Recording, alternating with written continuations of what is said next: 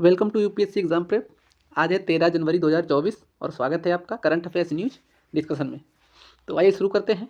उससे पहले आज 13 जनवरी है, तो आज लोहरी है। तो जगह जगह पे त्यौहार मनाए जाते हैं, वो अलग अलग नाम है, कहीं लोहरी, कहीं बिहू, कहीं उत्तरायण। तो इसकी आप सभी को बहुत बहुत शुभकामनाएँ। आइए शुरू करते हैं। आज का हमारा पहला आर्टिकल है अलीगढ़ मुस्लिम विश्वविद्यालय के बारे में। तो आइए शुरू करते हैं। सुप्रीम कोर्ट ने अभी हाल ही में कहा है कि पिछले 100 वर्षों में अलीगढ़ मुस्लिम विश्वविद्यालय अल्पसंख्यक टैग के बिना ही, मतलब अल्पसंख्यक दर्जा के बिना ही राष्ट्रीय महत्व का संस्थान बना हुआ है। और ये भी पूछा है कि ये लोगों के लिए क्या मायने रखता है कि ये अल्पसंख्यक संस्थान है या नहीं। तो इसके बारे में देख लेते हैं। अलीगढ़ मुस्लिम विश्वविद्यालय ये उत्तर प्रदेश के अलीगढ़ में स्थित एक सरकार द्वारा, जो केंद्र सरकार द्वारा संचालित एक शिक्षण संस्थान है।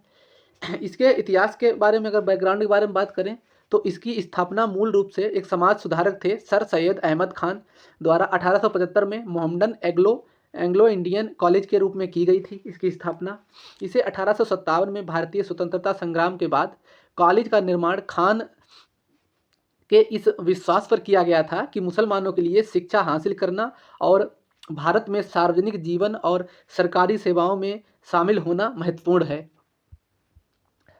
राजा जय किशन ने कॉलेज की स्थापना में सर सैयद की मदद की थी इसमें। और 1920 में अलीगढ़ मुस्लिम विश्वविद्यालय अधिनियम के बाद मोहम्मडन एग्लो ओरिएंटल कॉलेज यानी AMU बन गया था। ये अपनी स्थापना से ही इसे सभी समुदायों के लिए और उनके सभी सदस्यों के लिए देश और दुनिया के सभी कोनों कोनों से अपने दरवाजे इसके खुले हुए थे। यह विश्वविद्यालय जाति, पंथ, धर्म या लिंग के भेदभाव के बिना ही सभी के लिए खुला है। AMU को यूनिवर्सिटी ग्रांट कमीशन यानी UGC और एसोसिएशन ऑफ इंडियन यूनिवर्सिटीज़ द्वारा मान्यता प्राप्त है। AMU शिक्षा की पारंपरिक और आधुनिक जो शाखाओं में 300 से अधिक पाठ्यक्रम प्रदान करता है। इसके 3 ऑफ कैंपस केंद्र हैं, जिसमें AMU पलपुरम और मलपुरम और कैंपस ये केरल में है, और AMU मुर्शिदाबाद सेंटर ये पश्चिम बंगाल में है, और किशनगंज सेंटर ये बिहार में है। हमारा अगला आर्टिकल है अमृत भारत स्टेशन योजना के बारे में, यानी ABSS के बारे में। तो अभी कोकण रेलवे कॉरपोरेशन लिमिटेड ने नेटवर्क के तहत एक उडुपी स्टेशन को हाल ही में पुनर्विकास के लिए रेल मंत्रालय की अमृत भारत स्टेशन योजना में शामिल इसको किया गया है, केरल की उडुपी स्टेशन को। तो यह देश भर में 1309 स्टेशनों के पुनर्विकास के लिए रेल मंत्रालय द्वारा फरवरी 2023 में योजना शुरू की गई थी, और ये भारतीय रेलवे का मिशन है, ध्यान रखना। इस योजना का उद्देश्य रेलवे स्टेशनों को बेहतर यात्री सुविधाएं और बेहतर यातायात परिसंचरण में अंतर और जो मॉडल एकीकरण एवं उन्नत साइनेज के साथ आधुनिक और अच्छी तरह से सुसज्जित केंद्रों में बदलना है। ये लंबी अवधि के लिए मास्टर प्लानिंग और स्टेशन की ज़रूरतों और उनके संरक्षण के अनुसार मास्टर प्लान के तत्वों का कार्यान्वयन पर आधारित है। यह योजना नई सुविधाओं की शुरुआत के साथ साथ मौजूदा जो सुविधाएं हैं उनके उन्नयन और प्रतिस्थापन को पूरा करेगी। इसका अंतिम लक्ष्य स्टेशनों को लंबी अवधि को जीवंत शहर के और उनके जीवंत शहर केंद्रों में बदलना है। इसकी प्रमुख विशेषताओं में देख लेते हैं। तो इसमें आधुनिक यात्री सुविधाएं जैसे कि स्वच्छ प्रतीक्षा क्षेत्र, शौचालय, विकलांग के लिए विशेष सुविधाएं और भोजन और पेय जो पदार्थ होते हैं उनकी दुकानें प्रदान करना इसमें शामिल होगा। और बेहतर यातायात परिसंचरण में, तो इसमें ये यात्रियों और उनके वाहनों के लिए अलग अलग प्रवेश और निकास के बिंदु, मतलब जगह बनाई जाएगी, और सड़कों और फुटपाथों को चौड़ा किया जाएगा। पर्याप्त पार्किंग सुविधाएं प्रदान की जाएंगी, ये सभी शामिल हैं। इंटर मॉडल एकीकरण में, तो इसमें रेलवे स्टेशनों और परिवहन के अन्य साधनों जैसे कि बसों, टैक्सियों और ऑटो रिक्शा के बीच निर्बाध कनेक्टिविटी भी प्रदान की जाएगी, ये भी इसमें शामिल किया गया है। उन्नत साइनेज, इसमें यात्रियों के लिए मार्गदर्शन करने के लिए कई भाषाओं में स्पष्ट और दृश्यमान साइनेज प्रदान करने की योजना बनाई गई है। स्थिरता, तो इसमें ऊर्जा कुशल प्रकाश व्यवस्था और उनके उपकरणों का भी उपयोग किया जाएगा, ये भी शामिल किया गया है। पर्यावरण मित्रता, तो इसमें जल संचयन प्रणाली और उनसे हरित स्थान की भी सुविधा की गई है। इसमें मिट्टी रहित ट्रैक जो शोर और कंपन को कम करते हैं, रूफ प्लाजा जहां उपलब्ध हो वाणिज्यिक गतिविधियां और यात्री सुविधाओं के लिए अतिरिक्त स्थान भी यहां पर प्रदान इसके तहत किए जाएंगे। तो ये हमने पूरी ये अमृत भारत स्टेशन योजना के बारे में देखा। अब आगे चलते हैं। हमारा अगला आर्टिकल है कांगो नदी के बारे में। तो आइए देखते हैं। अभी कांगो नदी में 60 से अधिक वर्षों में अपने उच्चतम स्तर पर ये पहुंची है, जिससे कांगो लोकतांत्रिक गणराज्य और कांगो गणराज्य में बाढ़ आ गई, जिससे हाल ही में लगभग 300 लोग से ज़्यादा की यहाँ पर मृत्यु हो गई है। जो इसका जो पानी है वो 60 वर्षों में अपने सबसे उच्च स्तर पर पहुंच गया है। इसी कारण ये लोग बाढ़ आई है तो कांगो गणराज्य में, इसीलिए लोगों की मृत्यु हुई है। तो तभी ये कांगो नदी चर्चा में है। तो आइए देखते हैं इसके बारे में। कांगो नदी ये पश्चिम और मध्य अफ्रीका में एक नदी है, पश्चिमी और मध्य अफ्रीका की। इसे जैरे नदी या जायरे नदी भी कहते हैं। ये 2900 मील यानी 4700 किलोमीटर की लंबाई के साथ नील नदी के बाद ये महाद्वीपीय जो अफ्रीका महाद्वीप है उसकी दूसरी सबसे लंबी नदी है और दुनिया की 9वीं सबसे लंबी नदी है। इस नदी का नाम प्राचीन कांगो जो साम्राज्य है उससे मिला है इसको, जो नदी के मुहाने के पास ही मौजूद था। कांगो नदी प्रणाली ये कांगो गणराज्य, कांगो लोकतांत्रिक गणराज्य और मध्य अफ्रीकी जो गणराज्य हैं उसके पश्चिम में जाम्बिया, उत्तरी अंगोला, कैमरून, तंजानिया और उसके कुछ तंजानिया के मतलब कुछ हिस्सों से होकर गुजरती है। जलमार्ग में तो ये पूर्वोत्तर जाम्बिया से ऊंचे इलाकों में तंगानिका और न्यासा जो मलावी है जिसका नाम हो गया आप, ये झीलों के बीच लगभग 5760 फीट यानी 1760 मीटर की ऊंचाई पर चंबेसी नदी के रूप में निकलती है वहाँ से ये। इसके बाद इसका मार्ग एक विशाल वामावर्त चाप के रूप में ले लेता है और जो ये कांगो लोकतांत्रिक गणराज्य में बनाने में अटलांटिक महासागर में गिरने से पहले ये उत्तर पश्चिम और दक्षिण पश्चिम की ओर बहती है। ये वर्षा वनों के माध्यम से इसका मार्ग भूमध्य रेखा को 2 बार ये पार करती है, भूमध्य रेखा को ये 2 बार काटती है। और ये विश्व की सबसे गहरी नदी भी है। इसमें 750 फीट इसकी गहराई है यानी 230 मीटर, इससे अधिक की गहराई तक पहुंचा जा सकता है। इस नदी का प्रवाह दुनिया में दूसरा सबसे बड़ा प्रवाह है, जिसमें प्रति सेकंड लगभग 1.5 मिलियन क्यूबिक फीट पानी का निर्वहन होता है। ये केवल अमेज़न के से पीछे है और इससे ज़्यादा अमेज़न में ही होता है पानी का प्रवाह। और इस नदी का दूसरा सबसे बड़ा जल क्षेत्र है ये 3.7 मिलियन वर्ग किलोमीटर यानी 1.4 मिलियन वर्ग मील क्षेत्र में कांगो बेसिन के रूप में ये जाना जाता है। कांगो बेसिन का अधिकांश भाग समृद्ध उष्णकटिबंधीय वर्षा वनों और दलदलों से ढका हुआ है। पारिस्थितिकी तंत्र मिलकर मध्य अफ्रीका के वर्षा वनों का ये बड़ा हिस्सा बनाते हैं, जो 178 मिलियन हेक्टेयर यानी जो 2005 के अनुसार है। ये दुनिया का दूसरा सबसे बड़ा वर्षा वन है, जो दक्षिण अमेरिका में अमेज़न वर्षा वन का दूसरा सबसे बड़ा क्षेत्र है। इसकी मुख्य सहायक नदियों में इसका मुख्य सहायक नदी में एक उमांगी है, संघा है और कसाई है। 3 इसकी मुख्य सहायक नदियां हैं। ये मैप हमने लगाया है तो इसमें ये अफ्रीका कॉन्टिनेंट है और ये अफ्रीका कॉन्टिनेंट में यहाँ से जायरे नदी निकलती है और यहाँ से ये इधर साउथ अटलांटिक ओशियन में गिरती है और ये है भूमध्य रेखा हमारा। तो ये इक्वाटोर है। तो ये भूमध्य रेखा को ये 2 बार देखो काटती हुई दिखाई दे रही है। आइए अगला आर्टिकल देखते हैं। तो अगला हमारा आर्टिकल है थाइलाकोइड के बारे में। तो थाइलाकोइड झिल्ली के बारे में आर्टिकल है, इसमें देखते हैं इसके बारे में। तो अभी बेल्जियम के लीज जो विश्वविद्यालय के शोधकर्ताओं ने अभी जीवाश्म कोशिकाओं में थाइलाकोइड सूक्ष्म संरचनाओं की पहचान की है, जो 1.75 अरब वर्ष पुराने हैं। तो इनके बारे में देख लेते हैं। तो थाइलाकोइड्स पौधों के क्लोरोप्लास्ट में स्थित एक थैली होती है। ये क्लोरोफिल को संग्रहित करते हैं। क्लोरोफिल सूर्य के प्रकाश में प्रतिक्रिया कर प्रकाश संश्लेषण को उत्प्रेरित करता है। ये झिल्लियाँ सघन यानी घने अधिकतर गैलेक्टोलिपिड प्रोटीन युक्त द्विपरत होती हैं, जिसमें प्रकाश संश्लेषण जीवों में प्रकाश संश्लेषण होता है। ये साइनोबैक्टीरिया नामक प्राचीन प्रकाश संवेदनशील जीवाणु होते हैं, उनमें पाए जाते हैं। साइनोबैक्टीरिया अरबों बरस पुराने महासागरों में उपजे थे। ऐसा माना जाता है कि ये वायुमंडल में पाए जाने वाले ऑक्सीजन के विशाल भंडार के लिए जिम्मेदार हैं और ये इस प्रकार से ये इनका जीवन के ये अग्रदूत है, मतलब जीवन का इनको आधार माना गया है। अब ये माना जाता है कि साइनोबैक्टीरिया में थाइलाकोइड झिल्ली ही थी, जिनसे उन्हें ऊर्जा बनाने और ऑक्सीजन छोड़ने के लिए सूर्य के प्रकाश का उपयोग करने में सक्षम बनाया है। साइनोबैक्टीरिया के बारे में मुख्य तथ्य देख लेते हैं। तो साइनोबैक्टीरिया, इन्हें नील हरित शैवाल भी कहा जाता है। ये सभी प्रकार के जल में प्राकृतिक रूप से पाए जाने वाले सूक्ष्म जीव हैं। ये एक कोशिकीय जीव ताजे पानी और जो समुद्री जल में पाए जाने वाले जीव भोजन बनाने के लिए सूर्य के प्रकाश का उपयोग करते हैं।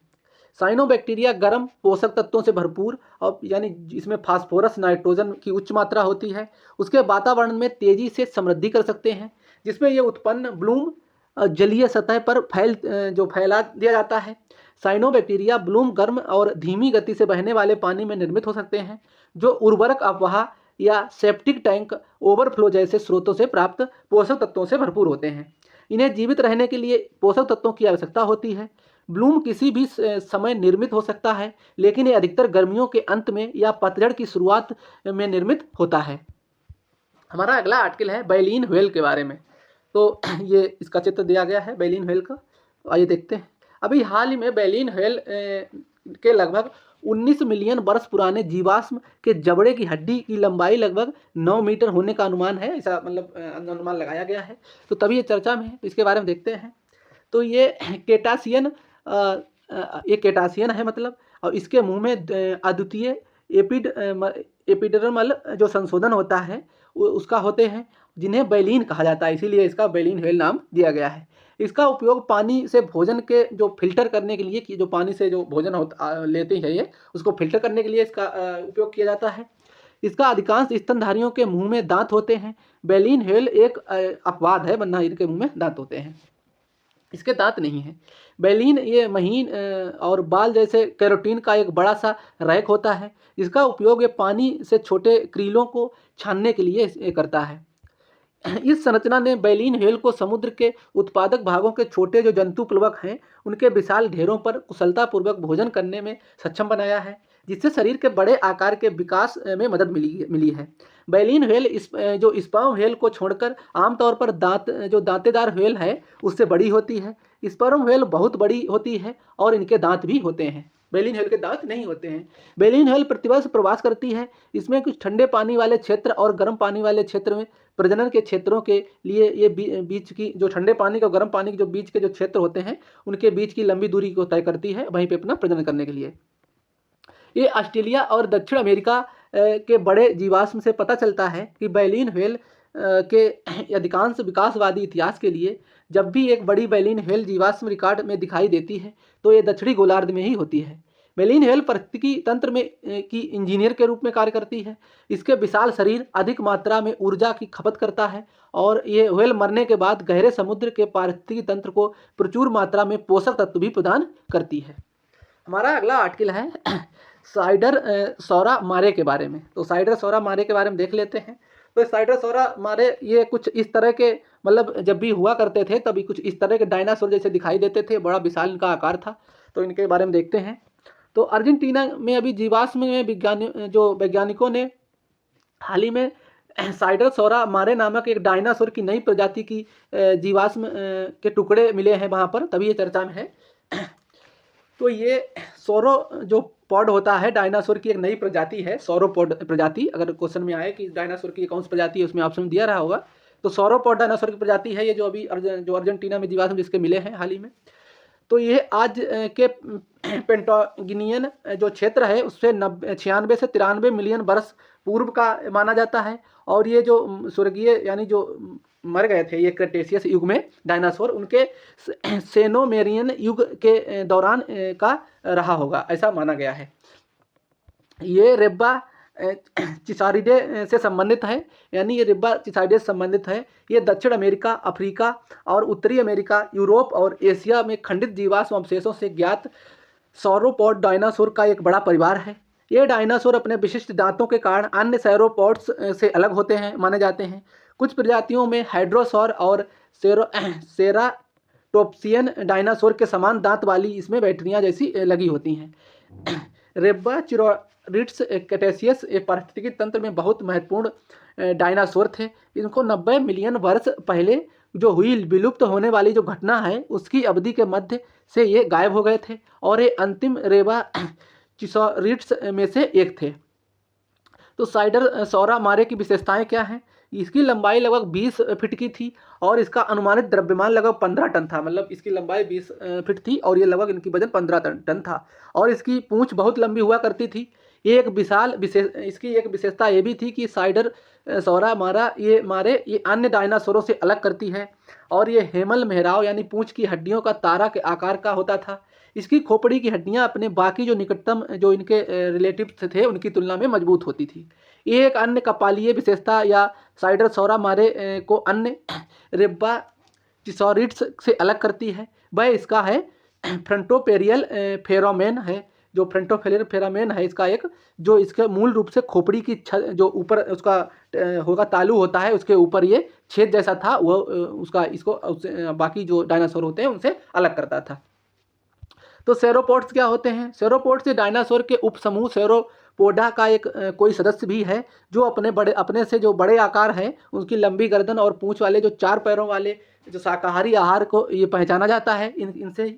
ये सभी डायनासोरों में सबसे बड़े और अभी तक के जीवित जमीन पर रहने वाले सबसे बड़े जानवरों में से थे। भौगोलिक दृष्टि से ये जानवर व्यापक थे और अंटार्कटिका को छोड़कर ये सभी महाद्वीपों पर इनकी हड्डियों और पैरों के निशान और इनके अवशेष पाए गए हैं। तो ध्यान रखना, इसको दोबारा एक बार सुन लेना सही से, थोड़ा टेक्निकल है। हमारा अगला आर्टिकल है आइंस्टीन प्रोब यानी ईपी के बारे में। तो आइए देखते हैं। अभी चीन ने हाल ही में ब्रह्मांड में आतिशबाजी की तरह टिमटिमाती रहस्यमय छड़ी घटनाओं का एक निरीक्षण करने के लिए आइंस्टीन प्रोब नामक एक नया खगोलीय उपग्रह अंतरिक्ष में भेजा है। तो आइंस्टीन प्रोब के बारे में देखते हैं। तो ये आइंस्टीन प्रोब चीनी वैज्ञानिक अकादमी का एक मिशन है। ध्यान रखना, इसमें कंफ्यूज हो सकती है कोई, मतलब ऐसे अगर पता नहीं होगा तो हम गैस करेंगे तो आइंस्टीन प्रोब यानी यूरोपीय देश का लगा देंगे या अमेरिका का लगा देंगे ऐसे करके, लेकिन ये चीन का मिशन है जो चीनी वैज्ञानिकों ने भेजा है आइंस्टीन प्रोब, जो टाइम डोमेन उच्च ऊर्जा खगोल भौतिकी को समर्पित है। ये आइंस्टीन प्रोब का प्राथमिक वैज्ञानिक लक्ष्य क्षणिक और परिवर्तनशील जो एक्सरे आकाश को पता लगाना है, जो न्यूट्रॉन तारों और ब्लैक होल के विलय जैसी वस्तुओं को निकलने वाली जो उनसे उच्च जो प्रकाश होता है उसके शक्तिशाली विस्फोटों को कैप्चर करता है। इसे 9 जनवरी 2024 को चीन के जीचांग सैटेलाइट लॉन्च सेंटर से लॉन्ग मार्च 2C रॉकेट से सफलतापूर्वक लॉन्च किया गया था। ये अत्याधुनिक एक्सरे दर्पण और डिटेक्टरों से सुसज्जित होता है। ये पारंपरिक एक्सरे दूरबीनों के विपरीत आइंस्टीन प्रोब की अनूठी डिजाइन इसे एक साथ आकाश के जो लगभग 10वें हिस्से की निगरानी करने और एक्सरे में प्रकाश डालने के नए स्रोतों की खोज करने और उनको विस्तारित करने की अवधि को ज्ञात और नई खगोलीय घटनाओं के गहन अध्ययन को करने में सक्षम बनाने में उनकी अनुमति देती है। ये गामा किरणें विस्फोटक जो सुपरनोवा होता है और जो अन्य तारे होते हैं उनकी चमक, सौरमंडल के भीतर की घटनाएं, धूमकेतु के उत्सर्जन और उनके प्रकाश का भी पता लगाएगा ये आइंस्टीन प्रोब। ये उपग्रह का वजन 1450 किलोग्राम है और इसकी कुल औसत शक्ति 1212 डब्ल्यू है। तो ये पूरा आर्टिकल हो गया। आगे देखते हैं। हमारा अगला आर्टिकल है ड्रैगन 24 यानी सी ड्रैगन अभ्यास 24 के बारे में। तो आइए देखते हैं। अभी हाल ही में भारतीय वायुसेना का विमान P-8I सी ड्रैगन 24 अभ्यास में लगभग भाग लेने के लिए पश्चिमी प्रशांत क्षेत्र में अमेरिकी द्वीप के क्षेत्र है एक गुआम पे वहाँ उतरा है। ये देख सकते हैं आप। तो इसके बारे में देख लेते हैं सी ड्रैगन 24 अभ्यास के बारे में। ये एक विशिष्ट बहुराष्ट्रीय समुद्री अभ्यास है जो भाग लेने वाली नौसेनाओं के बीच पेशेवर आदान प्रदान और टीम वर्क को प्रोत्साहित करता है। इसमें भाग लेने वाले अधिकांश देश भारत, जापान, दक्षिण कोरिया, ऑस्ट्रेलिया और अमेरिका हैं। ये अभ्यास कई हवाई और जमीनी आधारित कार्यों के माध्यम से विभिन्न समुद्री क्षेत्रों और युद्ध क्षेत्रों में कौशल के सुधार को करना और जिसमें आदि भी बाकी अपनी टेक्नोलॉजी शामिल करना एक दूसरे की वही शामिल होता है अभ्यास में, वही सब होता है। पनडुब्बी रोधी युद्ध, तो इसमें समुद्र के जो नीचे छिपे दुश्मन की पनडुब्बी होती है उसका पता लगाना और उन्हें निष्क्रिय करना। सतही युद्ध में जैसे कि बेहतर हथियार रणनीतिक उपयोग करके शत्रु के जो सतह होता है उसके जहाज़ों पर समन्वित हमले करना आदि की प्रैक्टिस इसमें की जाएगी। वायु रक्षा के क्षेत्र में इसमें जो मित्र सेनाओं को हवाई खतरों से सुरक्षित रखने और उनके अवैध वायु अवरोध स्थापित करना, खोज और बचाव में ज़रूरतमंद जो समुद्री कर्मी होते हैं उनका पता लगाना और उनको बचाना, संचार और समन्वय में जैसे कि प्लेटफार्मों की गतिविधियों को सिंक्रोनाइज करना और उनका निर्बाध तरीके से सूचनाओं का आदान प्रदान करना, यही सब एक्सरसाइज जब भी होती है तो यही सारी चीज़ें आदान प्रदान करी जाती हैं और इसी सब की ट्रेनिंग भी उसमें दी जाती है। P-8I विमान के बारे में भी देख लेते हैं, जिससे ये मतलब हमारे भारतीय सैनिक गए हैं। तो P-8I विमान के बारे में मुख्य तथ्य देख लेते हैं। तो ये समुद्री संचालन में शक्तिशाली बल गुणक वाला एक बहुमुखी विमान है। इसकी कुछ प्राथमिक क्षमताएं हैं, जिसमें जैसे कि ये लंबी दूरी की निगरानी, इसमें P-8I इस समुद्र में व्यापक हिस्सों पर स्कैन कर सकता है और लंबी दूरी से शत्रुतापूर्ण जो भी गतिविधि होगी उसकी गतिविधियों की पहचान भी कर सकता है। ये बहु सेंसर संलयन इसमें लगा है। इसमें इलेक्ट्रॉनिक इंटेलिजेंस सिस्टम, सोनार और ऑन बोर्ड रडार समुद्री पर्यावरण की संपूर्ण छवि भी प्रदान कर सकता है। ये पनडुब्बी रोधी युद्ध है जो होता है, तो उसमें विमान की गहराई वाले जो चार्ज होते हैं टारपीडो के साथ दुश्मन की पनडुब्बियों के लिए एक खतरा पैदा करता है और उन पर हमला भी करने में ये सक्षम है। संचार रिले यानी ये विमान विभिन्न विभाग के लिए बड़े बेड़े की सेनाओं के बीच संचार के लिए एक आवश्यक साधन के रूप में भी ये कार्य करता है। हमारा अगला आर्टिकल है कार्बन सीमा समायोजन तंत्र के बारे में। तो आइए देख लेते हैं। अभी हाल ही में यूरोपीय संघ ने कार्बन सीमा समायोजन तंत्र का अनुपालन करते हुए निर्यातकों के संवेदनशील और गोपनीय व्यापार डेटा से समझौता होने से संबंधित चिंताओं को चिन्हित किया है। तो तभी ये चर्चा में है। तो क्या है ये? तो ये कार्बन सघन उत्पादों पर प्रस्तावित यूरोपीय संघ का टैरिफ है, मतलब ईयू ने टैरिफ लगाया है। इसका उद्देश्य क्या है? तो इसमें यूरोपीय संघ में जो प्रवेश करने वाले कार्बन गहन वस्तुओं के उत्पादन के दौरान उत्सर्जित जो कार्बन होती है उस पर उचित मूल्य वाला कर लगाना है। और ये गैर जो यूरोपियन यूनियन के देश नहीं है उनमें स्वच्छ और औद्योगिक उत्पादन को प्रोत्साहित करना है। इसमें इसे 17 मई 2030 को अपनाया गया था। CBAM संक्रमणकालीन अवधि में 1 अक्टूबर 2023 से ये शुरू हुई है। इसे कार्बन रिसाव के जो जोखिम का मुकाबला करने के लिए डिजाइन किया गया है और ये कुछ आयातों के एम्बेडेड कार्बन सामग्री शुल्क लगाकर संचालित होता है, जिसमें घरेलू उत्पादन को जो कार्बन कीमत है वो उसके बराबर होती है। ये कैसे काम करता है? तो यदि योजना के अनुसार लागू किया जाता है तो यूरोपीय संघ के जो आयातकों को उस कार्बन मूल्य के अनुरूप कार्बन प्रमाण पत्र खरीदना होगा जो यूरोपीय संघ के भुगतान मतलब यूरोपीय संघ में भुगतान किया गया होता है। यदि सामान स्थानीय स्तर पर उत्पादित किया गया होता है तो प्रमाण पत्रों की कीमत की गणना EU कार्बन क्रेडिट जो बाजार की नीलामी है उसकी कीमतों के अनुसार की जाएगी। इसकी आवश्यक जो प्रमाण पत्र की मात्रा वार्षिक रूप से यूरोपीय संघ में आयातित वस्तुओं की मात्रा और उनके वस्तुओं में एवेंडेड उत्सर्जन द्वारा परिभाषित किया जाता है। यूरोपीय संघ के समक्ष घरेलू कार्बन मूल्य निर्धारण व्यवस्था वाले जो देश होते हैं उनकी कंपनियों में CBAM प्रमाण पत्र खरीदे बिना यूरोपीय संघ में निर्यात करने में सक्षम होगी। CBAM शुरू में ही गैर EU देशों में आयातित वस्तुओं को प्रभावित करेगा। इसमें विशेष रूप से ये कार्बन सघन अर्थात सीमेंट, बिजली, उर्वरक और एल्युमिनियम, लोहा, इस्पात, हाइड्रोजन के क्षेत्रों में ये भीतर निर्दिष्ट सामान और साथ ही कुछ अपस्ट्रीम डाउन स्ट्रीम उत्पाद मुख्य रूप से लोहा, स्टील और एल्युमिनियम का इसमें निर्यात किया जाएगा। संक्रमण अवधि क्या है? तो इसमें CBAM कार्यक्रम के संक्रमणकालीन चरण में 1 अक्टूबर 2023 से 31 दिसंबर 2025 तक इसकी प्रभावित कंपनियां वित्तीय दायित्व के बिना रिपोर्टिंग के दायित्व के अधीन कार्य कर सकेंगी। इस दौरान इस अवधि के आयातकों को आयातित वस्तुओं की उत्पादित जो प्रक्रिया होती है उसके दौरान होने वाले जो प्रत्यक्ष और अप्रत्यक्ष उत्सर्जन का निर्धारण और दस्तावेजीकरण करेंगी।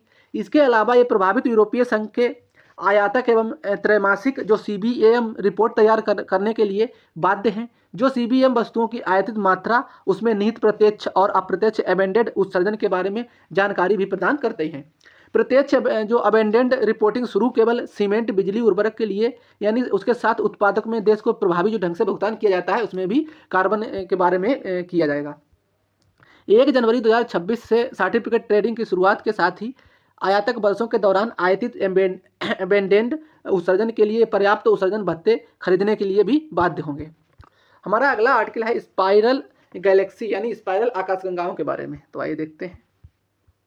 अभी हबल स्पेस टेलीस्कोप ने हाल ही में सर्पिल आकाशगंगा MCJ का 124,014 की एक जिसे साइज की एक छवि खींची है, जिसमें निषिद्ध प्रकाश के रूप में जो जाने वाली रहस्यमय जो सुंदरता वाली जो तस्वीरें हैं उनका पता चला है।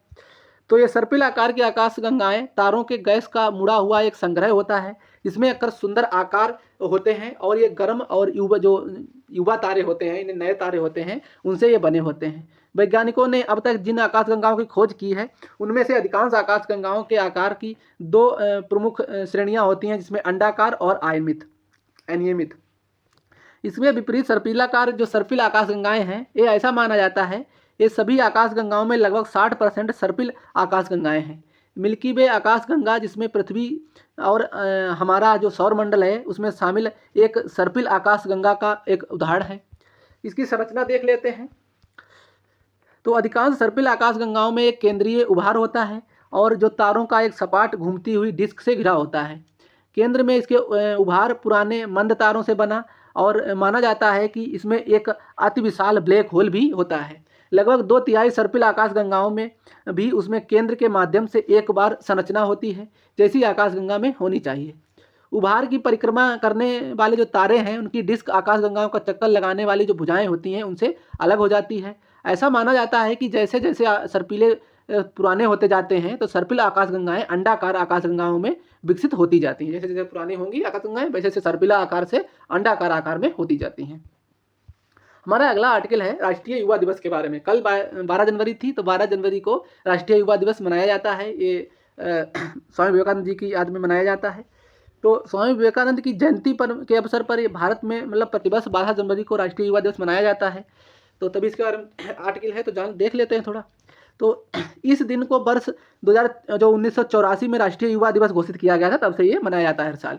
इसका उद्देश्य युवाओं को सार्वजनिक मुद्दों से जोड़ने, आम आदमी की बात को समझने और अपनी राय तैयार करने और इसे स्पष्ट तरीके से व्यक्त करने के लिए प्रोत्साहित करना है इसका उद्देश्य, मतलब राष्ट्रीय युवा दिवस का। राष्ट्रीय युवा दिवस समारोह भारत में 12 से 16 जनवरी तक वार्षिक तौर पर राष्ट्रीय युवा महोत्सव का आयोजन भी करता है। इस वर्ष के उत्सव का विषय विकसित भारत @2047 और युवाओं के लिए युवा के द्वार, ये इसकी पूरी थीम होगी। विकसित भारत @2047 युवाओं के लिए युवाओं के द्वार। स्वामी विवेकानंद उन महान भारतीय संतों में से उनको जाना जाता है जिन्होंने पश्चिमी दुनिया को हिंदू धर्म के बारे में बताया और उनके बारे में उनकी जो ख्याति है उसके बारे में समझाया। श्री कृष्ण परमहंस के शिष्य थे ये, और उन्होंने औपनिवेशिक भारत में राष्ट्रीय एकीकरण पर बल दिया और उन्हें देश में हिंदू धर्म को पुनर्जीवित करने का भी श्रेय दिया जाता है। तो आज के हमारे सारे आर्टिकल फिनिश हो गए। वीडियो को एंड करते हैं।